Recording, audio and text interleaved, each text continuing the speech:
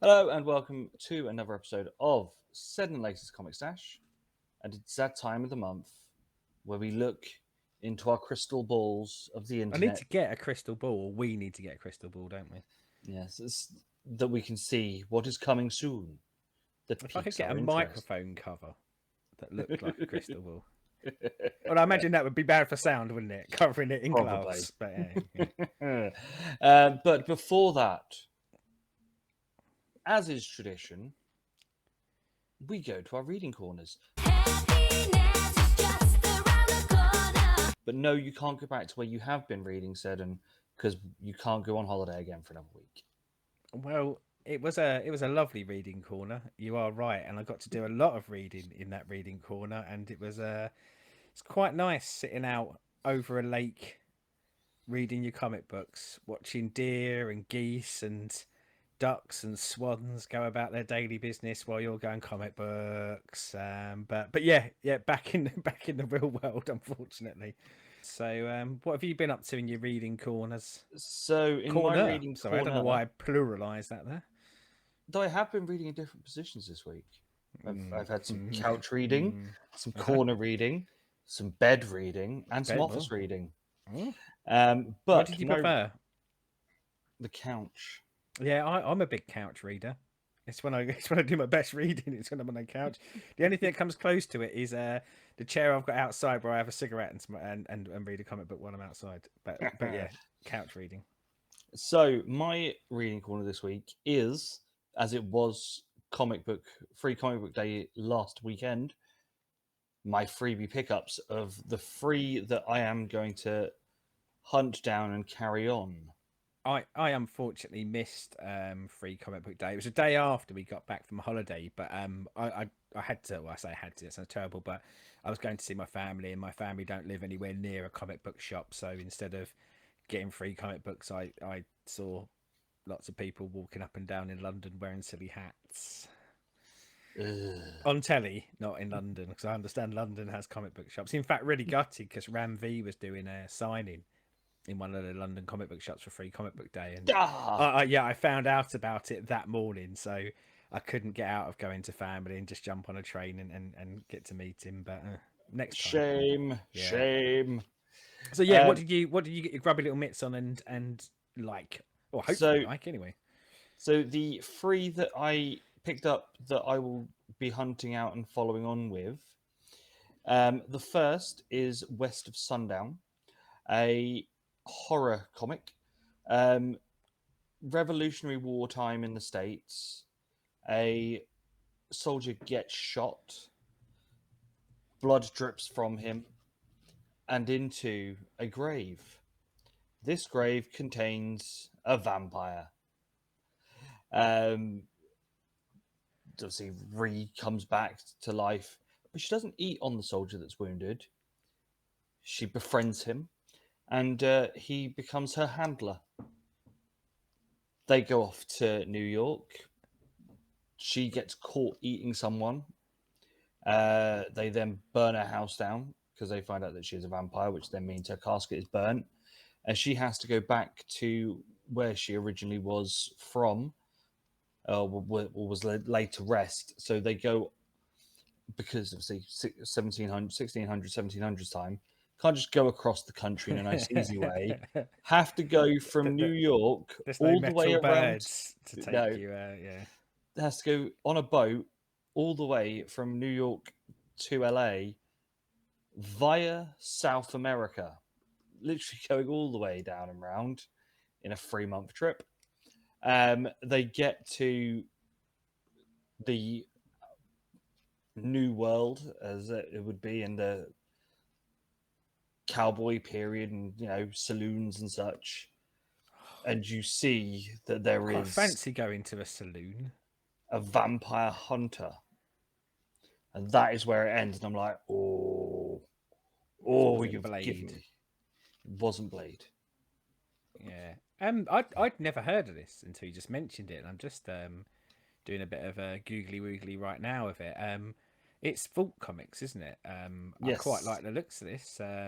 Tim Seeley writing. I quite like Tim Seeley stuff, but the whole of the first volume is available.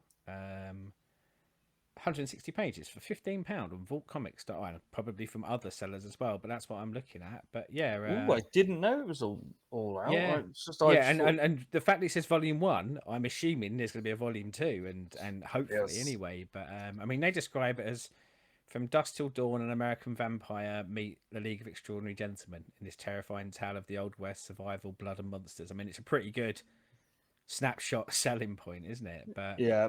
As I said, it was very good, and you'll have to ping me the link because yeah, I'll be ordering it because yeah, looking I at the have art as well, it looks quite. Some of the art in here looks really cool as well. I mean, I don't yeah know how much of it is that I'm seeing. It's just got a couple of panels, like look inside panels, and I don't know how much of that is from what's in a free comic book day one or not. But yeah, yeah, very, very, very impressed with that. but yeah, that's definitely one that you'll ping me the link and I'll probably end up getting because that's I did because I need to pop into the comic book shop after. 'Cause I haven't been in obviously since Saturday to go. Ooh, I want this, this, this, and this, please. Thank you very much, and save them for me in But that way that I usually do. we said it was when we were last recording, and we were actually recording the Love Bites album, which first episode, no, multiple episodes should be on by the time this goes live. But we were talking about AWA comics as well, because there's one due to come out in June called Sons of the Salton Sea, which I really fancy. And Vault and AWA are two studios that I've not read anything from, but I've started to hear really good bits of, Yeah. and they're just not quite in my consciousness yet to check out what's coming out and when it's coming out. But yeah, this is another tempter for me. I'll stick this on my queue to get my grubby little mitts on. Yes. Next is Shadow Man. So this is a Valiant character, isn't it? I Yes. know it of old rather than of new. So this is a new run that's. I think 'cause there was a little interview bit with the creator, and I think it was like 10, 15 years since Shadow Man's been a thing. Okay. Um, Again, it's another one of those sort of bladey type monster hunter things. Guy's dad is the original Shadow Man, gets killed by a monster, has an amulet to make sure that his son doesn't become Shadow Man because it runs in the blood of the person and their soul. Um, the amulet gets stolen off him. He turns into Shadow Man and takes out the monster that killed his dad, and that is where we end.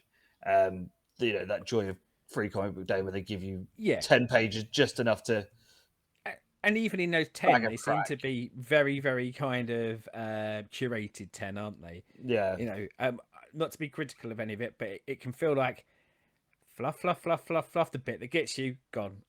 And you yeah, go, oh, you know what you're doing, don't you? Yeah, Valiant characters are characters I haven't read for years. I've dipped into, but they tend to kind of rise and fall quite regularly. And I know that they've had some quite tricky ownership rights along the way. I remember going back to when Acclaim, the game company, bought them out, and yeah, you know, at that point you kind of went, wow, this might go somewhere and this might be something. But yeah, I think I've read a bit of Shadow Man in the 90s, but I don't think I've read anything since.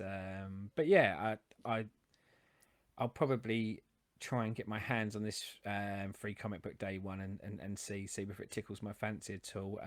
but yeah, it's whether you then just saying there about Acclaim. It's like, oh shit, yeah, I remember having Shadow Man on the N64 and and they did loving it. Turok the dinosaur hunter as well, didn't they? Yeah, That come out at that sort of time as well. And there was Quantum and Woody was a comic series that I really liked when it come out. But yeah, they tend to, as I say, rise and fall, and I think quite often because of stuff that's going on in the background rather than the quality of the stuff that's being produced.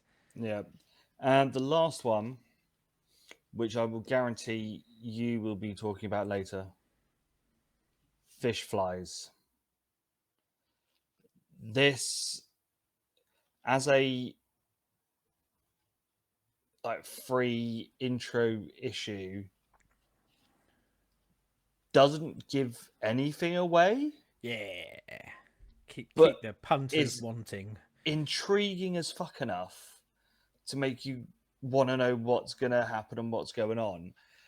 Really cool black and white art. Another one of those where they have that tiny bit where there's either a wound of some description, so it's got a red bit for that, but the rest of it is all still black and white and distressed pages color. So Yeah. the paper has this weird sort of yellowy sort of like tea stain to it, and yeah, this was fucking awesome. I've said before, I mean, I love Jeff Lemire's writing, but I also love his art. But he hasn't got a very traditional art style, has he? He's never going to be adorning the cover of the Avengers or the No, poster of the Avengers, is it? He's got a very, um, I would say, a very minimalistic style, and I think of it quite like you've probably seen a children's illustrated book more than yeah, comic books and things like that. But I think that often I forget how good an artist he is, and it is things like you said there, like it's the efforts that he goes into to do something with the page to make it fit in with what he wants to do. Like I just think there's that yeah. that exceptional amount of creativity that goes into the thought of this. Yeah, I it was the one that I was really gutted about not getting for free comic book day, because it's the one that I was most interested in. Is the honest truth. But yeah, so they were my big boys for comic book day. Other bits I got, something that we'll talk about later because I'm going to go on about the series when it comes out when we get to the Solicits, Night Terrors, the DC one. The rest of Yeah, them were it's quite hard to cover DC if we're not going to talk Night yeah. Terrors for this, is it? But yeah. Um, the other couple that I got Conan the Barbarian one, which was all right.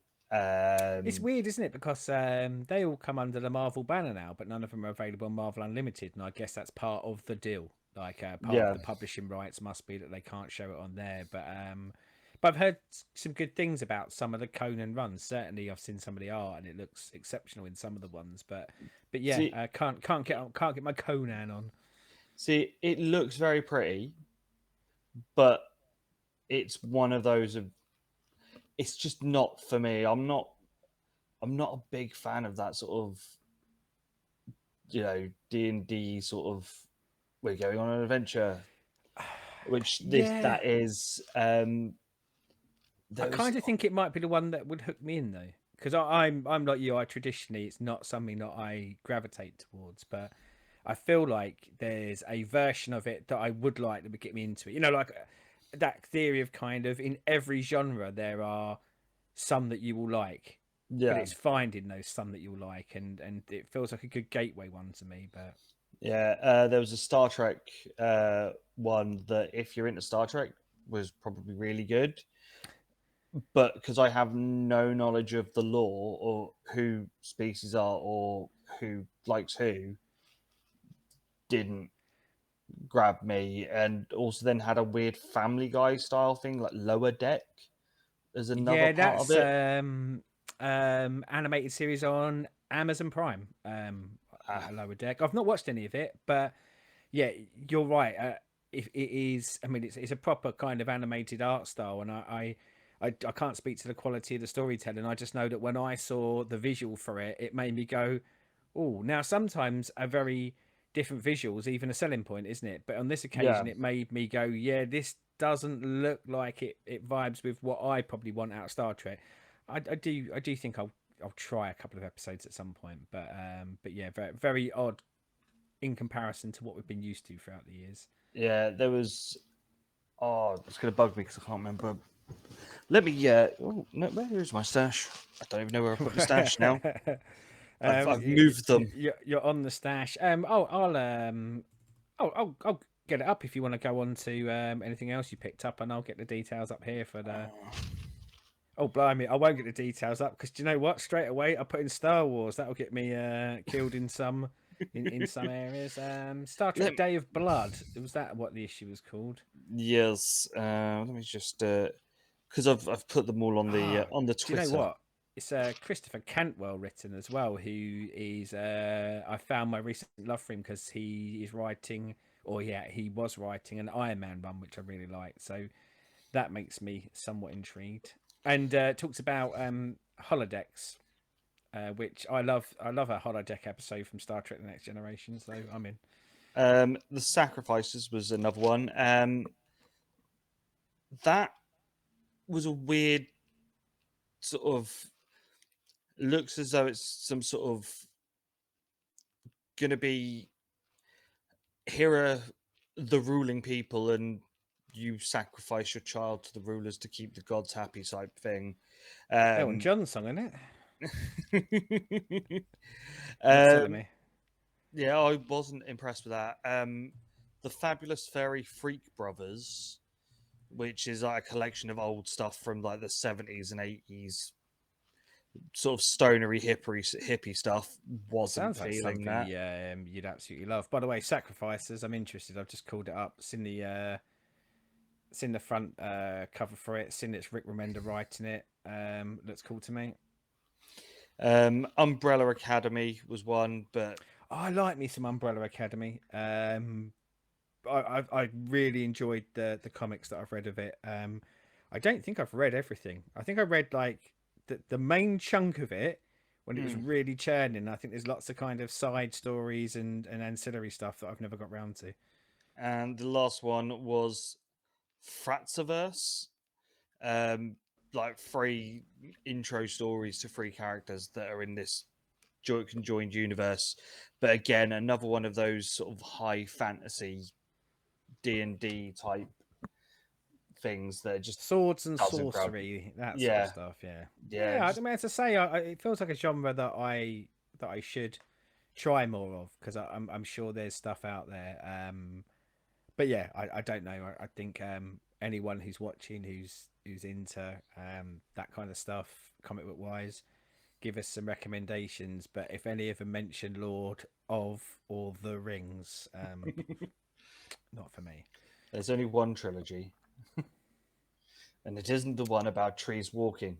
Clark's. We don't speak of the third one. We don't speak of the third one. Although some people do. Some people seem to love the third one. You and I are not in that category. I mean, it sounds like Free Comic Book Day done you well. And of course, I mean, the whole purpose and premise of Free Comic Book Day is to get people into a comic book shop and, I mean, hopefully for the people who own them to buy something. But I guess at I the very did buy least, is something as well. I but it's did to my keep good. people coming back. Yeah, Hopefully, like people pick up those they like one of the stories, and they come in X amount of months later, or like when the actual series is on, and they put their money down and they buy that, and then they get addicted, and before they know it, they're subscribing to every service there is and trying to read 8 million things a month. yeah. Yeah, It's one of those of, obviously the guys in Abstract Sprocket obviously know me well enough to sort of give me the horror sort of weird and wonderful stuff, because I didn't get, any Marvel or kiddie ones or anything like that. It was all, I yeah. prob I think I because I go think in metal t-shirts, they might think that I like that sort of I high think the sorcery Marvel stuff. ones were there was Uncanny Avengers, I think, wasn't there? I think there's a Spider-Man one. Yeah, But I think they dropped the free comic book day ones onto unlimited anyway, so it wouldn't have been a priority for me. And the DC was a Dawn of DC primer, I think, that probably I guess had a couple of pages from some of the stuff that's coming out. But mm, I feel kind of locked in on the Marvel and DC stuff anyway because of having the apps now. That I'd be less intrigued to get the free comic book day stuff of theirs anyway. yeah. That's the thing. I prefer to get the weird and wonderful stuff that you're not. Because as we said, we can try anything on Marvel or DC because it'll Yeah, be on the app and yeah. freely read an issue and then go actually yay or nay and go on by days from there. Whereas with the indies, am I going to take a punt on something just by looking at it? I mean, I think I'm much more Probably likely not. to, aren't I? Yeah. That's kind of my bag more than yours, isn't it? But yeah, it does help, I think, and also I think for a lot of people, we said like, so for that, what was it West of Sundown. I can't remember what the last bit was. Uh, West But of that's for Sundown. yeah. So that's Vault Comics, and again, I think like even someone who reads a lot of comics, it's on the periphery for me. So I think someone who's going in there who's a Marvel and DC only reader might kind of go, "Oh, Cowboys, that's interesting," but might introduce them to a whole new company. So yeah, I good luck to it. And I think it's nice. I think, of course, there's a degree of self-serve in there, but I think it's a nice idea. I wish other industries and creative outlets did a similar sort of thing, like a free cinema day or something like that would be grand. Although, God, being rammed in a cinema with loads of people who are just there to watch something because it's free, maybe not, maybe not so Yeah, good. and don't have cinema etiquette.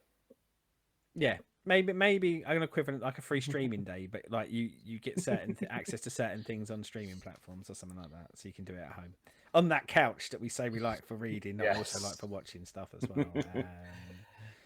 So, what Well, I did was you only get going to up do to?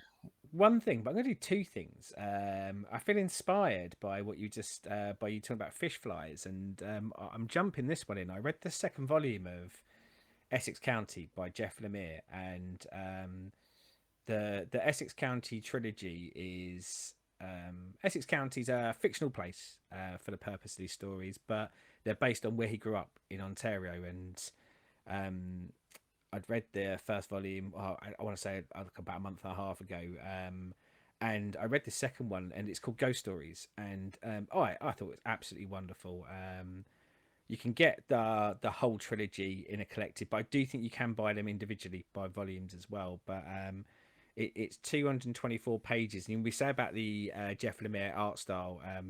This is written and drawn by him, Mm, and the visual makeup of the faces of the people are very unique, shall I say, but very unique to this story. Like if you grabbed any of the characters out and plonked them randomly into another story, they would look really out of place. But in here, like one of them's got a really big nose, but like a yeah. really big nose comparatively to others. But the way that it's drawn is very similar style to the other noses in there. But it's just it's a great little story. It's about two brothers. One who wants to be an ice hockey player, and is, let's say, adequate Mm, enough to be in kind of the minor leagues. And his brother, who doesn't want to be an ice hockey player, wants to live at the family farm, raise a family, and live in the traditional ways that he has in Essex County. But he is uber talented as an ice hockey player, and you kind of throughout you get snippets of the past and how the brothers kind of grew up together. But the main bulk of the story and the crunch of the story is him convincing his younger brother to come to play on the team that he's at. And at that point, they have a massive turnaround in form because he's a much better player. And there's like talk about will he get scouted out by the NHL scouts, but throughout it, it has this melancholy sadness to it that you can always see that this isn't going to go the right way or a good way. mm, And because you've got someone who is doing something they don't want to do to try and please someone else, which I think is always an interesting human being story to tell. yeah. He brings his girlfriend, and there's, let's say, some friction between the two brothers based off of the relationship with his girlfriend that causes problems with him. And ultimately, it's a story about, I guess, family and brothers and selfishness, misplaced selfishness. That kind of, and I tentatively say selfishness because I think probably the truth of it is about trying to convince someone to want what you want, Yeah. even though they don't want it. And um, fundamentally, like if you said to someone, I guess use the equivalent in Britain of going, why wouldn't you want to be a Premiership footballer? They make loads of money, and the person going, no, I just want to be let's say, a teacher or a farmer. Yeah. Let's use the example in here. And then the person who's probably not quite talented enough but can see that in you is going, you're mad. Become a footballer. Da, da, da. And trying to get people to, I don't know, see your vision of life and try to go down your road, and how negative that can impact on relationships. And this spans many years, so you do kind of come right the way forward to the younger brother as an old man, and you get to see the repercussions of all that story, and maybe how it impacts him in later life. But it's an amazing read. I It's the first thing I think he ever published, or this is the second volume, the first thing he ever published. Mm. And I can see why he's got such a career. And it's these sort of stories that don't tend to fit my traditional, or I say my traditional sort of comic book reading fare. It's so much is Yeah. put into the superheroes, the science fiction, things like that.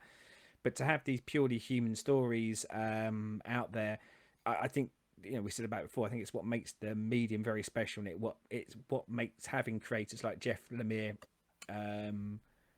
even more interesting to have around, is that they can flip from this to like later on we've got him doing Bone Orchard, which is his horror universe, Sweet Tooth, which is obviously now become a Netflix TV program, doing runs on Hawkeye. Like it's that Yeah. adaptability of the comic book writer. But yeah, absolutely spot on, and can't wait to get to volume 3 on that one.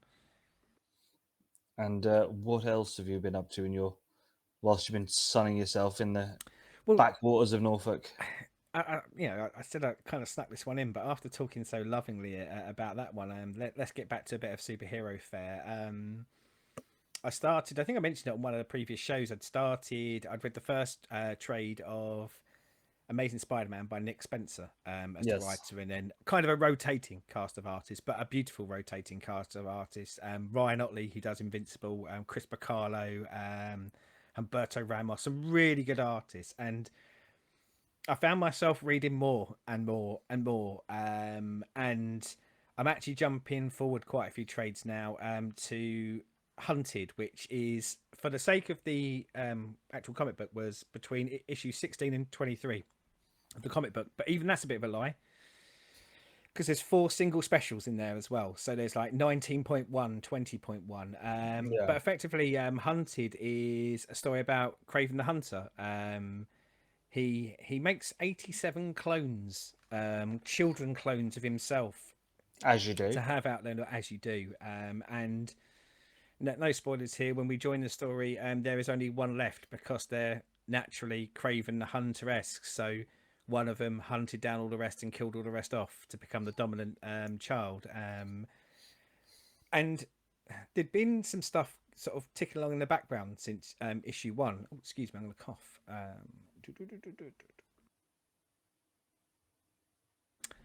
Yeah, since issue 1, about the Taskmaster and Ant-Man, evil Ant-Man, Black Ant, that's what it's called. Kind of randomly trying to kidnap people like the Lizard. Mm. But this is all part of Craven's plan. So effectively, he is trying to get all of the villains that have any link to an animal.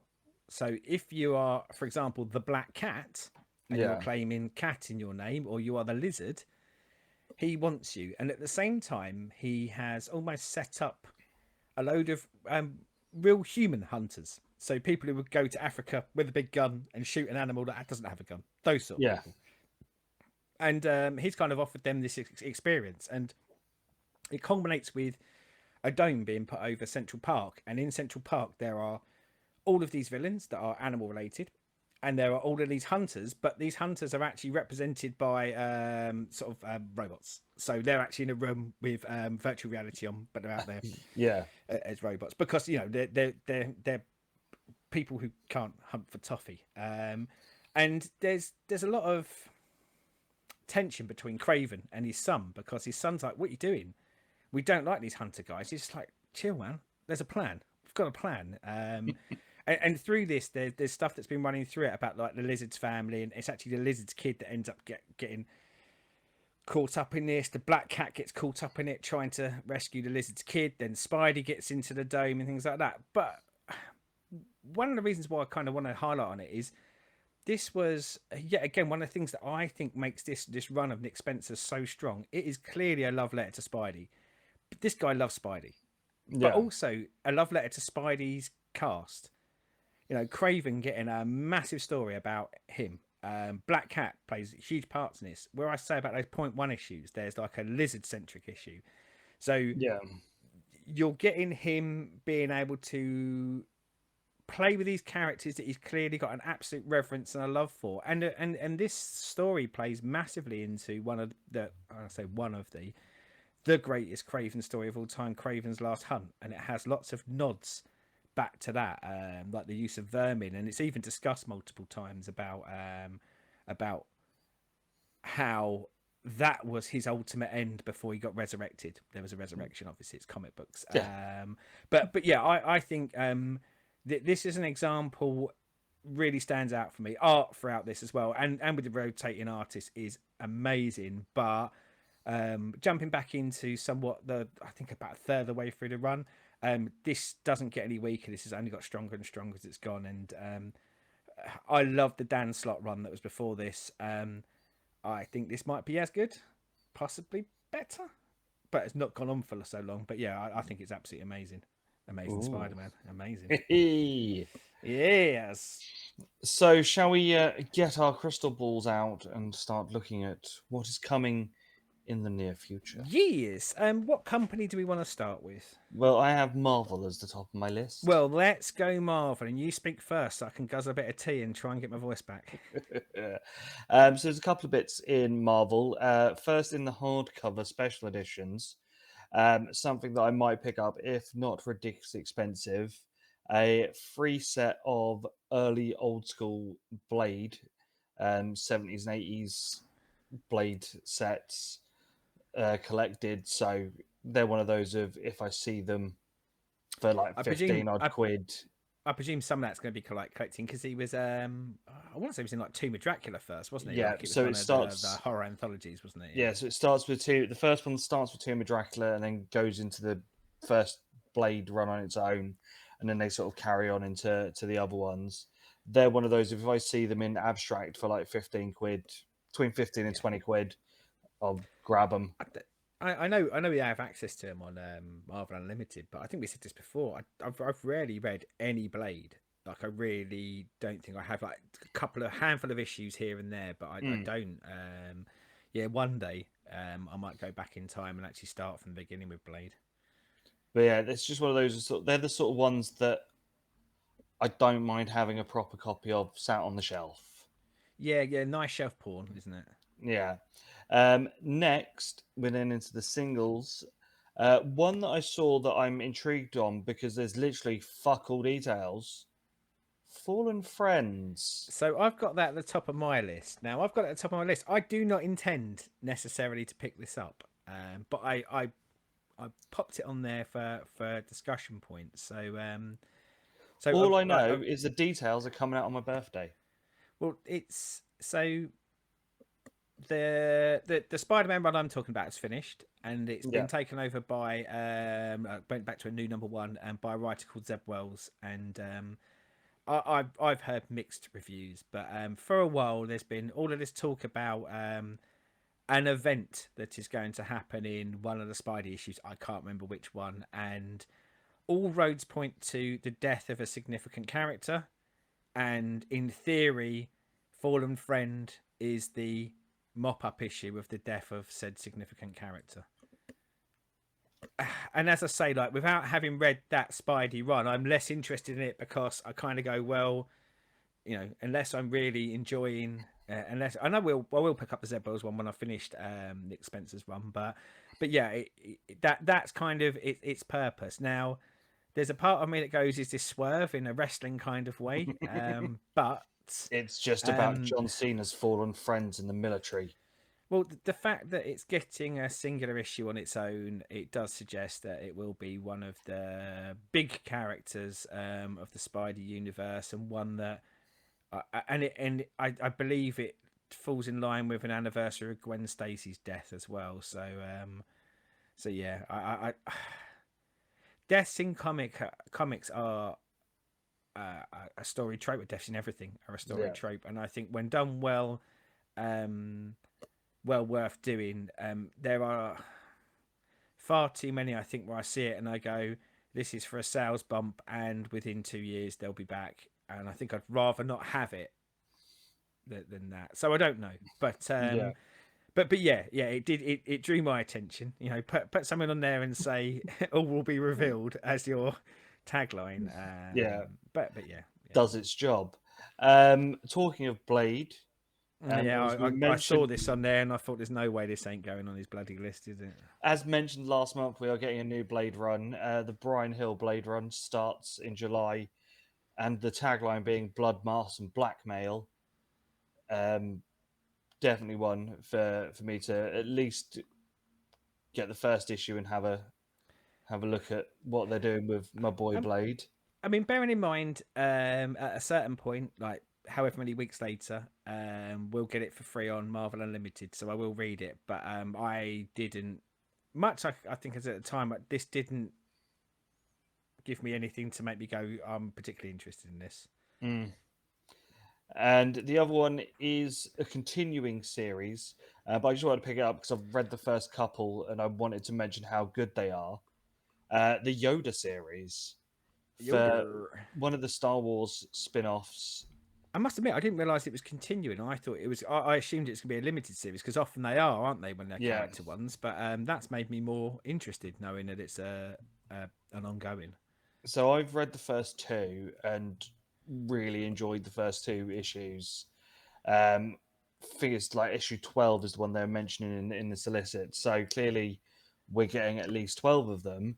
Um, so yeah, if you like your Star Wars stuff, worth a read, especially if you've got Marvel, because I think the first think issue 3 might have just gone up. I know issue 1 and 2 are definitely on there, so Yeah, you I can. think I've seen it on the releases recently. So yeah, I mean, like, I'm only really on the core Star Wars titles, and so I'm working from behind. But I do. We've said it before. Marvel have done a fantastic job with Star Wars, from what I've read. So yeah, I think yeah, if you like Yoda, this is probably the way to get your Yoda on. Exactly. So what have you got? And mine's a lot of continuing. I'd say that at first Marvel felt like quite a dry bed for anything to really excite me this month. But one of the ones that I did pick out was Moon Knight 25.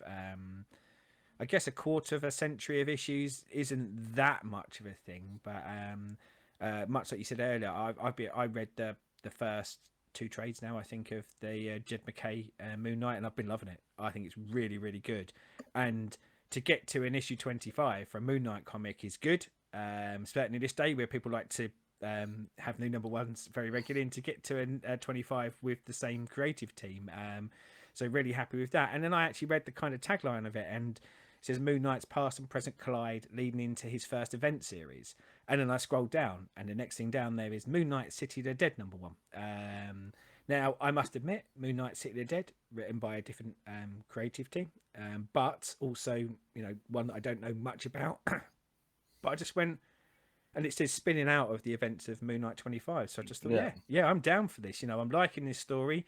Let's see what I can do with it. And we said before, I mean, I know he's had a TV series now, so his exposure is much better. But this is what I liked about comics when I was a kid growing up, like characters I didn't know, um, latching onto them, and then getting that wider story. And Yeah.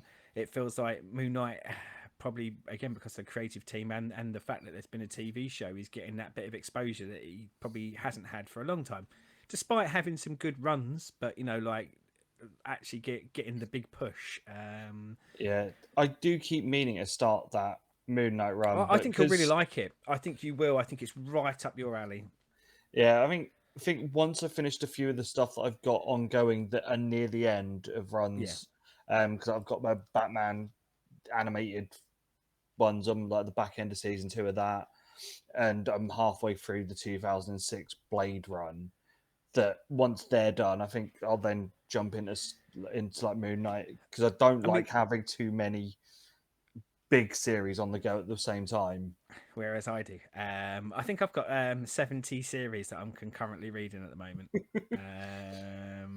But it might be for the purpose of you. It might be worth going back to some older Moon Knight. There is some really good stuff, and not that this kind of gives it all away, but if you jump into now, there's some probably really cool moments that will feel a little bit less cool if you read them. But either Yeah, way, like I stand by this. It's Whereas some of the really good Moon Knight ones, I think, have lent really, really heavily into dark,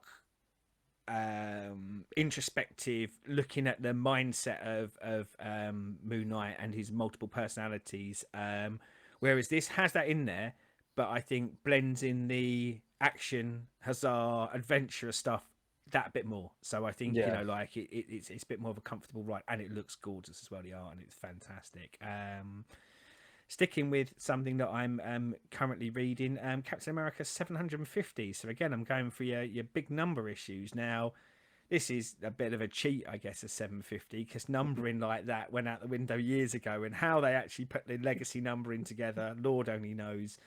And the fact that there's kind of two Captain America series running, but it seems to be they've gone, oh right, for the 750 we'll have that, but it is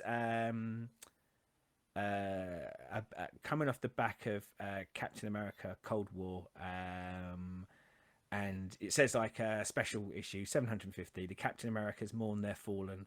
After the harrowing events of Captain America Cold War, the Captains America return home to mourn their fallen and strive to honor the power of legacy. And I said to you, I really like one half of this, and I think I'm going to continue on with Cap and the idea of the fact that I think they're trying to do some big doings to try and leave Yeah. a footprint on that character. Sells it for me, and I can't just have one captain. Captain Marvel, Dark Tempest #1, which is a 5-issue limited series.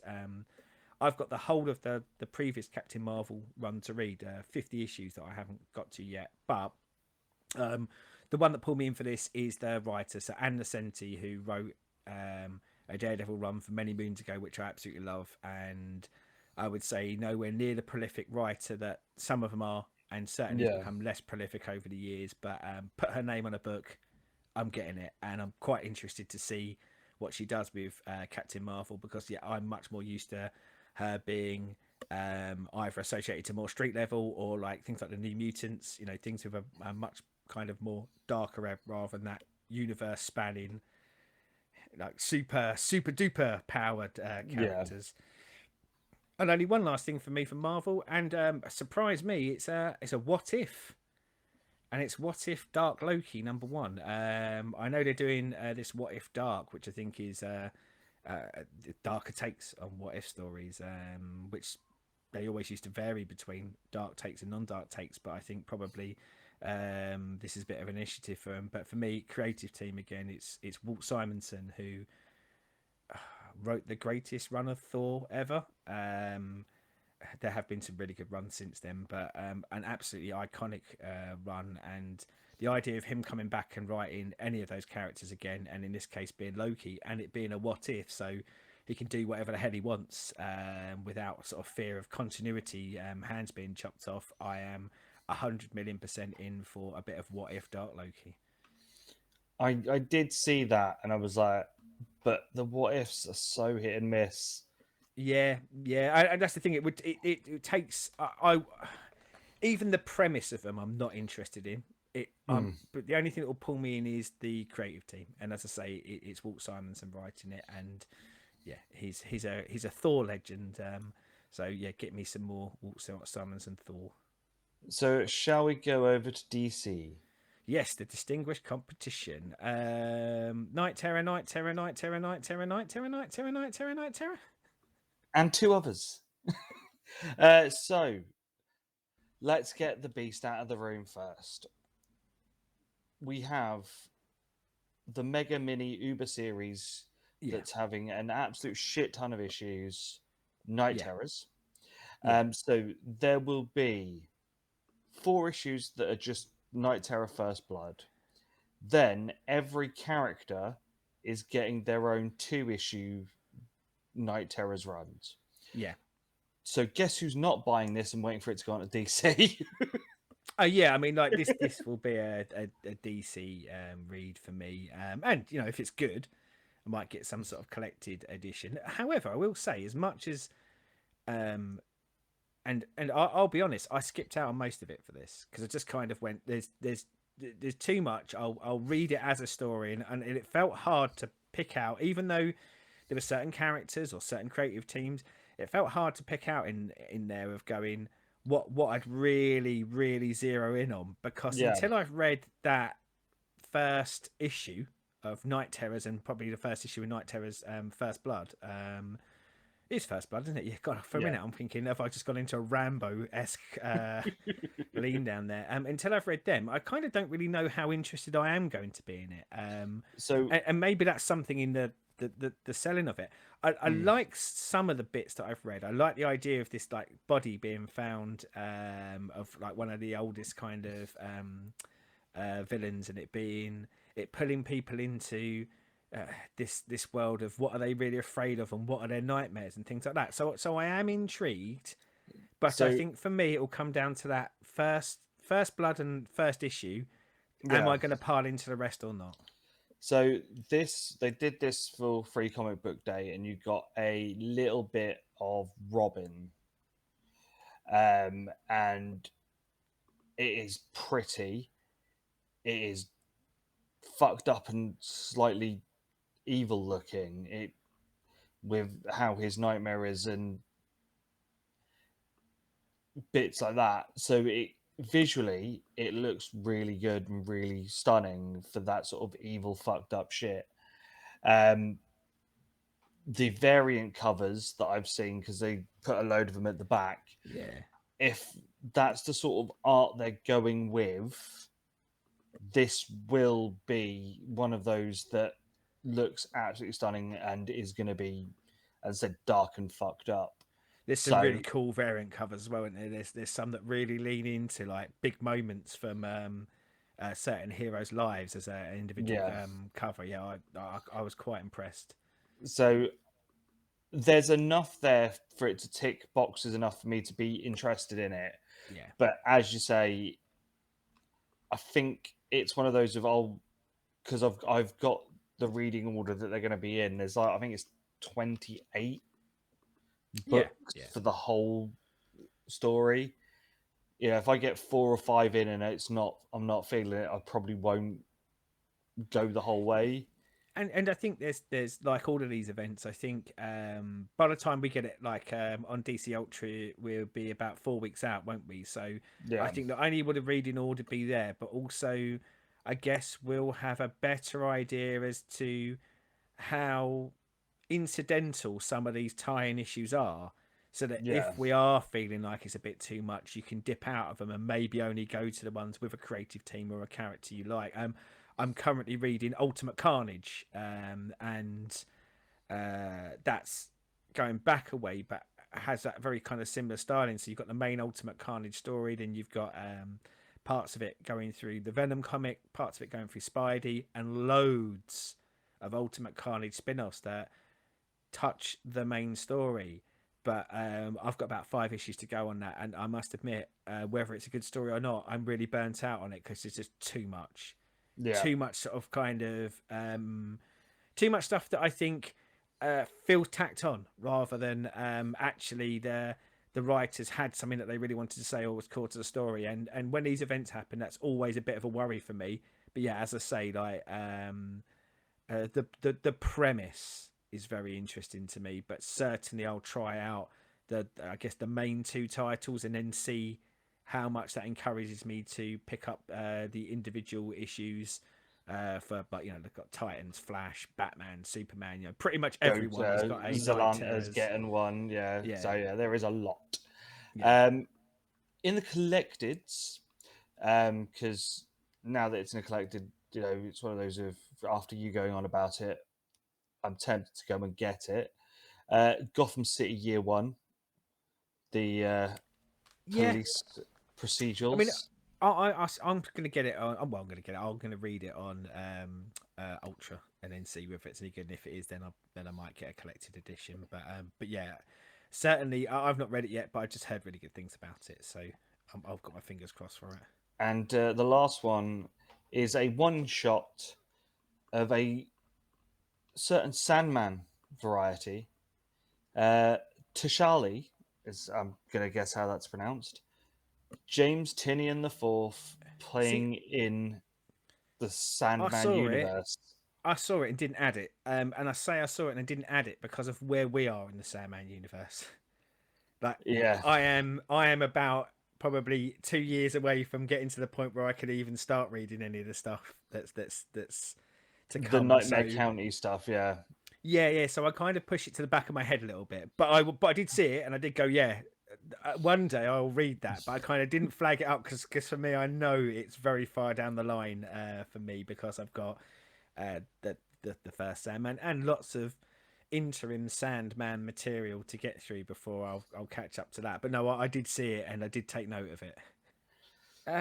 Anything else so for DC from that you? that is everything in my DC-ness. Because to be Oh, fair, most of it was taken up with every issue of Night Terror that was when I coming was out. when I was scrolling through it and seeing Night Terror, and I kind of, as just exactly what I said a minute ago, kind of what went through my head, and I thought, oh god, like I'm going to be really weak on DC, which feels a bit rude. But when I did scroll down, I did find some stuff. There was some stuff that didn't have Night Terrors at the front, so I went, oh okay. One of them being Hawkgirl. There's a new Hawkgirl series. I quite like the Hawkman Hawkgirl concept. Mm, Massively like muddy continuity issues over the years where people have tried to fix continuity but they haven't. But I don't know, there's always this little appeal to me from the visual alone, and the idea of and I'll go back to like that idea of right the way back to Flash Gordon, the movie of people flying through space with wings. Sometimes visuals stick with you for forever and a day.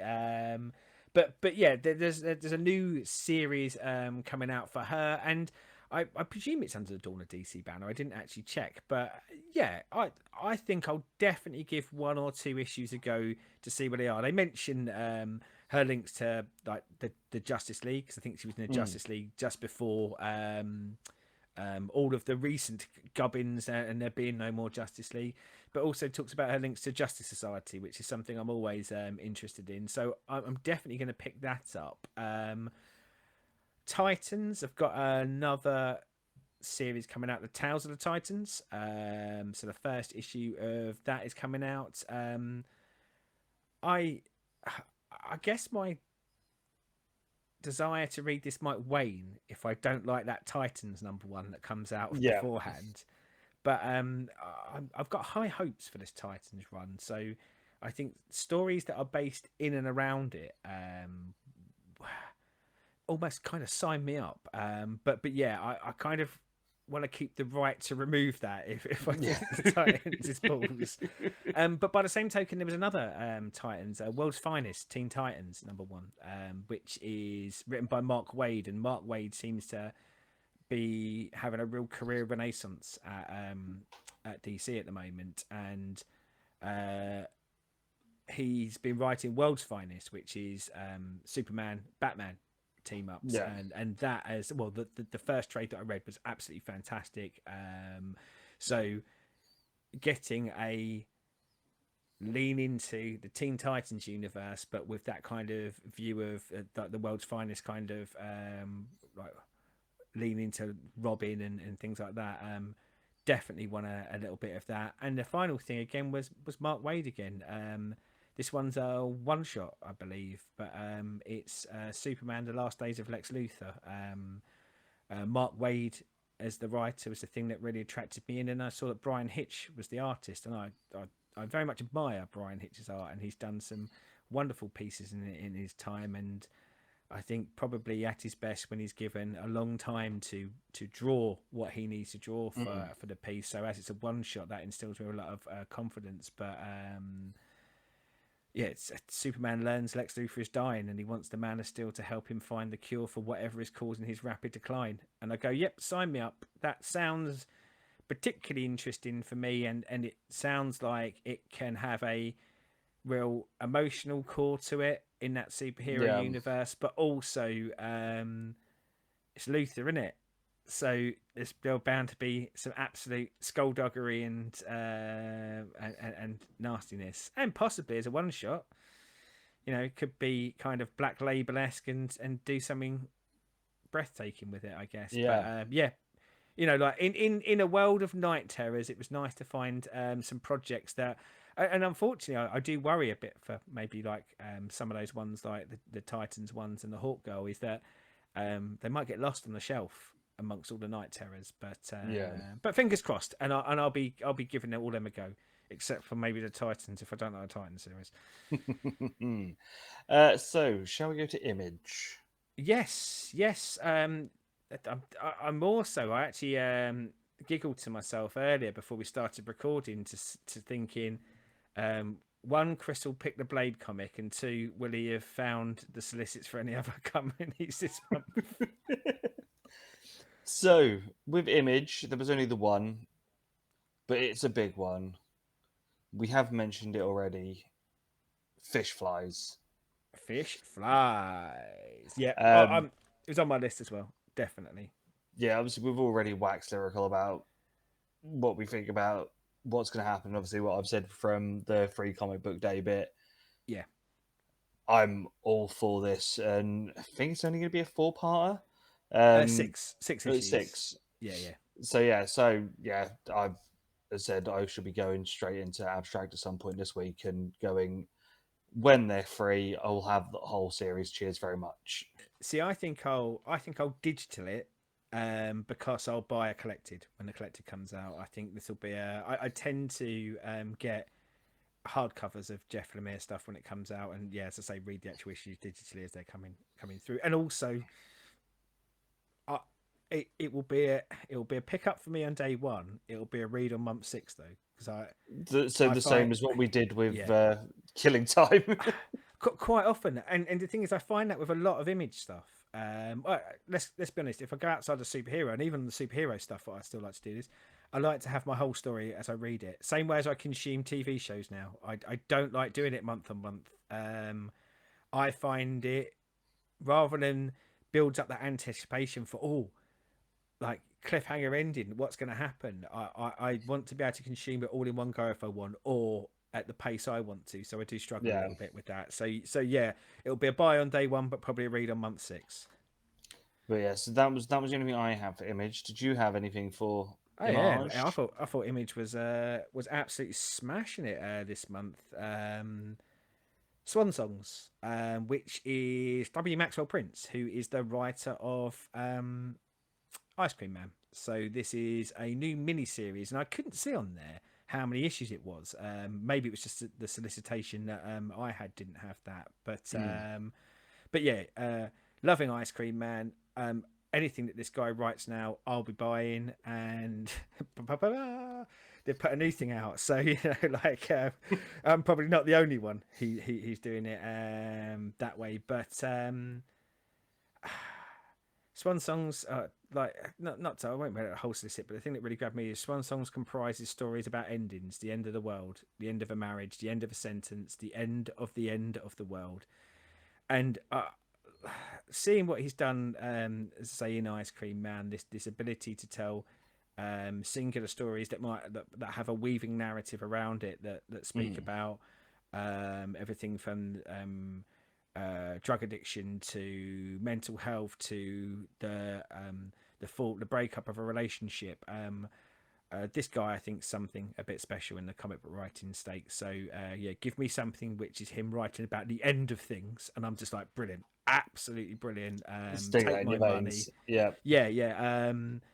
For me, I would say, like, even over Fish Flies, that was the one that I was most excited about afterwards. After reading kind of the Image solicits, but another one that and I don't know the creative team at all. The story or the writers, Simon Burks, covers Willie Roberts. I don't know them, but it's called Antarctica, and it was the solicitation that gave me for this. And God, we love a comparative part here, but it says Stargate meets His Dark Materials. I'm in. I love Stargate. I loved His Dark Materials. Didn't need to read any further than that. I was just like, yep, I am definitely in. And you said it earlier, something that I guess is less done with everyone from the size of Image and down is that jumping in and buying one issue. Like the superhero DC Comics and Marvel have that advantage of having those characters you already know, Yeah. so you can buy that first issue. And I think it's probably a lot harder to maybe get the foothold in the wider market, but yeah, you put a premise like that out, and I'll get that first issue, and I've got my fingers really crossed for it, hoping that it will be good. and not only good, but good enough to grab me to kind of go, yep, yep, this is staying Yeah. on the radar. And yeah, as I say, and a creative team I don't know, so it's always nice to add another creative team to the list of people you're going to buy anything they come out with. And the last thing for Image for me is the biggest thing from Image, like not the thing I'm most interested in, I'll be honest, but the absolute biggest thing. And I think the way they're marketing it, the biggest thing that Image has published for years and years and years and years, and very similar to Fallen Friend in the way they're doing it, but big game, which is a 5 issue limited series, Mark Miller written, and uh, well, you know, we're on our best critics or not or hype men, but the comics event of the summer is here. So says Mark Miller. And it says, okay, this is so top secret, we can't even show you the main cover because it spoils something massive. Just trust us when we say this is going to be the comic book event of 2023 and it's not what you're expecting. Does this crossover really go that wide? Yes, it does. Big Game pulls together Kick-Ass, Kingsman, Nemesis, the Magic Order, and all the Miller World franchises in one special event. This must be ordered like crazy. I've read a lot of the Miller World stuff. Some of it I really like. Mm. There's always been hints that kind of things are going on in the same universe or something akin to that. I'll be honest. With the hype that they're giving this, I think it's not just going to be Miller World. I think it's going to have other properties in it because that doesn't sound like, Yeah. people know it's a Miller World thing. So I wouldn't be surprised if you don't see someone like Spawn in it or something like that, or some other part of the Image universe pulled into it, Walking Dead even, or something Kirkman-esque. Yeah. But yeah, I will get this, and I'm very interested to see whether it matches the hype that it's given itself. But interesting to see. I quite liked. I say quite liked. I quite like Mark Miller as a writer. I know not everyone does, but I'm quite the fan. I like a lot of this Miller World stuff, and I like it when creators create their own universes Yeah. and do something with that. Like actually monetize it and become successful without having to rely on Marvel and DC. Yeah. I said, I think because I've seen Kingsman the film, I've seen Kick-Ass film, I've never read any of the stuff. That didn't flag up as, oh, fuck, quick, woo, woo, woo to me, because I was like, I don't know who this guy is. So I think that's one of They're those of, better as comic books than they are as movies as well, I'd say. well, Kingsman. Especially Wanted. So Wanted is particularly, I think, exceptionally better as a comic book than it is the movie. And I quite like the movie. I'm not comparing the movie, but significantly different as in there's a lot more about supervillains. That's where the comic book is grounded in rather than like the Assassins, because Yeah. when I guess they were funding Wanted, they only had a certain amount of cash, and also superheroes hadn't quite exploded to the extreme that they had. So I Yeah. think they felt that's probably a bit more of a viable premise. But yeah, let's see what they do. So next I go to Boom, and Boom. there is one in Boom that intrigued me. Alice Never After. A dark retake on Wonderland where Alice gets to stay, but her family are trying to get her back. I like a dark telling of Alice in Wonderland. I like when people actually play in that world in the way that Carol did, but most people don't see the dark and the horrible that's there.